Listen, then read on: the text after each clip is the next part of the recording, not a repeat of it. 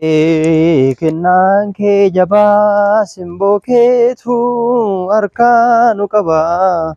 Mooticha abbaa maalti tagle maanuut nuuf kootu ati. Qoy namichumti kun maal dhabeen jedheen. Yeroo hunda yeroo nani mana kiristaanaa deemu yeroon galu gaafa naxalaa uffadhee bahu jedhime seen alaal. Maaluma dhabe maal rakkateen jedheen. Bro, akkam jirta? Anti yeroo hunda sin arga. Asin deddeebita yeroo itti ganama naxalaa uffatte charchi deddeebitu sin arga. Har'ammoo guyyaadhaan iyyuu naxalaa uffattee dhufte. Maal anti sitti qorre moo guyyaa saafaa kanaan gaafa akkas naxalaa uffattee deemtu sitti nafuuru sitti noo maali? Sitti mbulluqu. Ay nama ajaa'ibdu dhugaa. Sinimtu warra Ortodoksii kun yeroo hunda bakka yooma sinii darbaan jedhe man. La guyyaadhuma tokkoom suufii uffattanii fataa jettanii tumamu. Yooma charchi deemtuun jedheen. Anarraa jechuudha laa dhiifama naa godhi biroo jechuudha. Har'a waa tokko sitti muufan dhufe jechuudha. Gooftaan si jaallata. Har'a ergaa tokko si dhufeera jechuudha. Ergaa kan amiin jedhe fudhadhaate jechuudha. Namni akka kee kun jechuudha. Otoo gooftaa fudhattee waa hedduu buufachuu dandeessa laal si galee.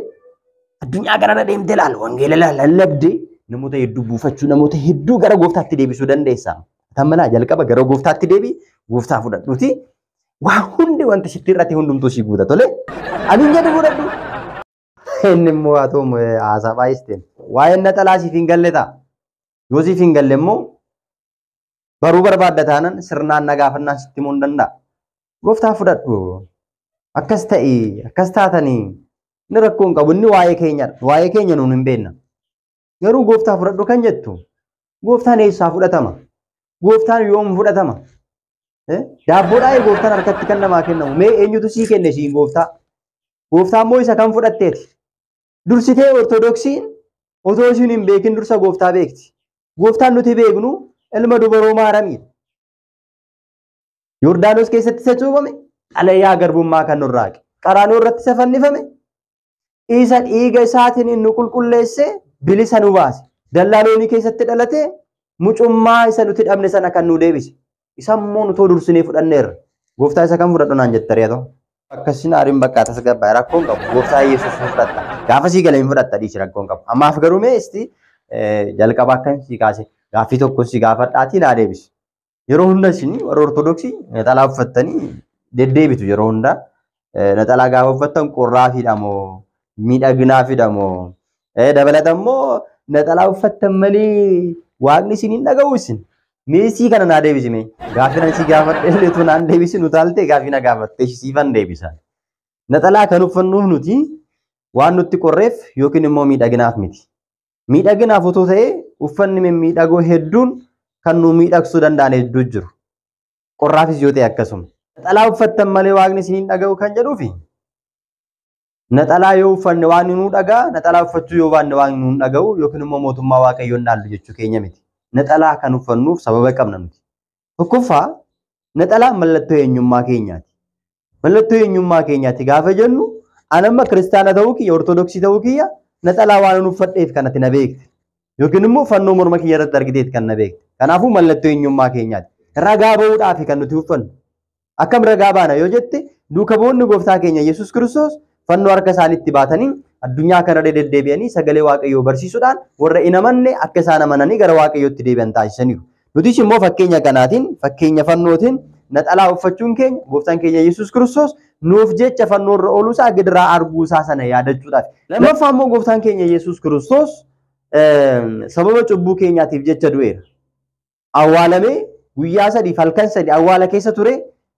Awwaala narraa diigaa uffata narraa hiikaa osoo hin jedhin hangoof humna isaatiin ilkee du'aa sana cabsee bilisummaa dhugaa nuu labsee gammadaa nuun jedhee uffata adii uffatee ka'eera. Kanaaf nutis ijoollee ifaa ijoollee waaqayyoo waan taaneef kanaan booda gaddi waan hin jirreef gammachuu keenya ibsachuudhaaf jecha naxalaa uffannaa jechuudha. Lammaffaan akkan jalqaba sii kaase mallattoo moo'ichaati naxalaan. Dukkanni gurraachaan fakkeeffama.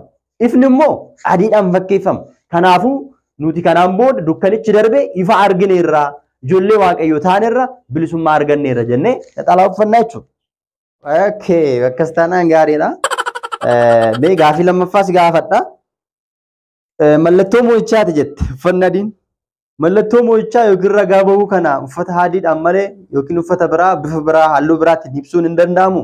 Dirqama uffata adiin maaliif filatame? Gooftaan du'aa gaafa ka'u uffata du'aa boolla keessatti gatee uffata kabajaa uffata adii uffatee ka'ee jedha macaafni qulqulluun jechuudha. Kanaaf nutis uffata kabajaa uffata ulfinaa kana kan uffannuuf gooftaa fakkaachuudhaaf. Wangeela Yohaannis boqonnaa 9 lakkoofsa 5 irratti ani ifa addunyaati akkuma jedhu uffata dukkanaa awwaalcha keessatti gate uffata ifaa san uffatee ka'e. Mee mul'ata Yohaannis boqonnaa 7 lakkoofsa 9 irraa kaasinaa dubbisi. Okay, mul'ata Yohaannis boqonnaa 7 lakkoofsa 9. Ana booddees ilaaleen tuuta sonaa baay'ee saba hunduma keessaa, gosa hunduma keessaa, nama hunduma keessaa, afaan dubbatama hunduma keessaa dhufan warra homtiinuu lakkaa'amuu hin dandeenye nan argee jedha. Isaan uffata adii uffatanii damee muka meexxii harkatti qabatanii teessicha dura hoolicha dura siin dhaabbatu turaniidha. Jarri sun sagalee guddaadhaan fayyinni Waaqayyoo keenya isa teessicha irra taa'u biraa hoolicha biraas in argama jedhan. Ergamoonni teessicha maanguddootaa uumama lubbuu qaban arfaniis naanna'anii dhaabbatan hundinuu teessicha duratti adda isaaniitiin gombifamanii Waaqayyoodhaaf sagadanii galata dhiyeessan. Sagada isaanii keessatti amiin Waaqayyo keenyaaf huqubaan guddinni ogummaan galanni ulfinni humni aangonis baraa hamma baraatti haa ta'u amiin jedhan. Okay. Ergasiis maanguddoota keessaa inni tokko warri uffata adii uffatan kun eenyu fa'i eessaa dhufan jedhee gaafate. Ani immoo gooftaa koositu beeka jedheen deebiseef. Inni immoo isaan kun warra rakkina guddaa keessaa ba'anii dhufanidha. Uffata isaanii dhiiga hoolichaatiin miiccatanii addeeffataniiru jedheedha. Argiteera biroo sii galeedha yaada kana sii kun hin barbaachisu. Egaa warreen Waaqayyoodhaaf filataman kun Waaqayyoo galateeffachuu gaafa deeman teessicha fuula fuuldura gaafa dhaabbatan maal godhan jedha. Uffata isaanii addeeffatanii uffata adii uffatanii damee muka meexxii harkatti qabatanii galataaf deemanii fuula teessichaa fuulduratti immoo kufanii sagadanii galanni ulfinni Waaqayyoodhaaf haa ta'u jedhanii. Ergasii immoo maanguddoota warra 20 arfan jiran sana keessaa tokko warreen uffata isaanii addeeffatanii dhufan kun eessaa dhufan jedhee gaafateedha. Akkuma silaate jalqabana gaafatte kan uffata adii maaliif uffattu akkanaan jette jechuudha. Isaan warra dhiiga hoolichaatiin uffata isaanii miiccatanii addeeffataniidha jedhee deebiseefii. Egaa nutis warra Kiristoosiif fayyina arganne warra Kiristoosiin cubbuun keenya nurraa ka'ee badhaadhummaa fayyina guddina jireenya bara baraa arganne uffata keenya addeeffannee mana Waaqayyoo galateeffachuudhaaf deemna. Kanaafidha malee qorraafis miti miidhaginaafis miti jechuudha. Sii galeedha miti. Mee asumaan waasiinaa jedhu. Duuka buutota iccitii warra jedhaman Phexros, Yaaqoob fi Yohaannisiin fudhatee gooftaan tulluu Taaboor irratti erga baheen booddee bifti isaa yookiin immoo fuulli isaa akka ifa aduu ni ifee uffanni isaas adiitti jijjiiramee jedha. Kanaaf nutis gooftaa fakkaachuudhaaf jechuudha uffata adii kan uffannu. Kana jechuun waanuma hojjettan hundumaa maal godha anarraa baradhaadhee wangeela Maatiyos boqonnaa 11:29 irratti waan dubbateef jechuudha. Mi'asuma wangeela Maatiyos boqonnaa 17 lakkoofsa 2 dubbisatumti. Okay, Maatiyos 17:2 innis bifa uffannaa isaatiin isaanitti mul'atee fuulli isaas akka biiftuu ifee uffanni isaas akka ifa aduu addaatee balaqqeessee jedha. Bakka ga'eera.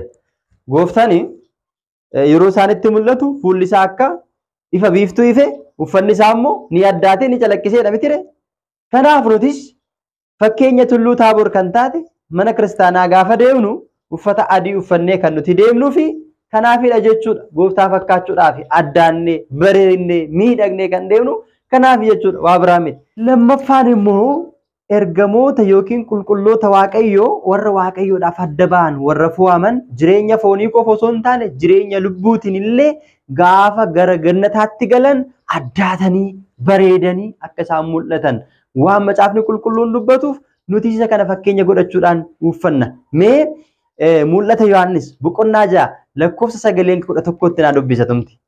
Mee nga'u waa'ee naxalaa dhiisanii waan baay'ee si gaafachuu nan danda'a. Waa'ee fannoo si gaafachuu, waa'ee sabalaa, waa'ee soomii si gaafachuu nan danda'a. Ishii mee maalumaaf hin xumurraa ishee erga jette mul'ata Yohaannis boqonnaa 6 lakkoofsa 9-11tti. Yeroo Hoolichi mallattoo isa shanaffaa bane immoo ani iddoo aarsaa jalatti lubbuu warra dubbii Waaqayyootiif wanta dhugaa bahaa turanitti jabaachuu isaaniitiifis jedhanii qalaman nan arge jedha. Maal ol qabatare? Itti fufu.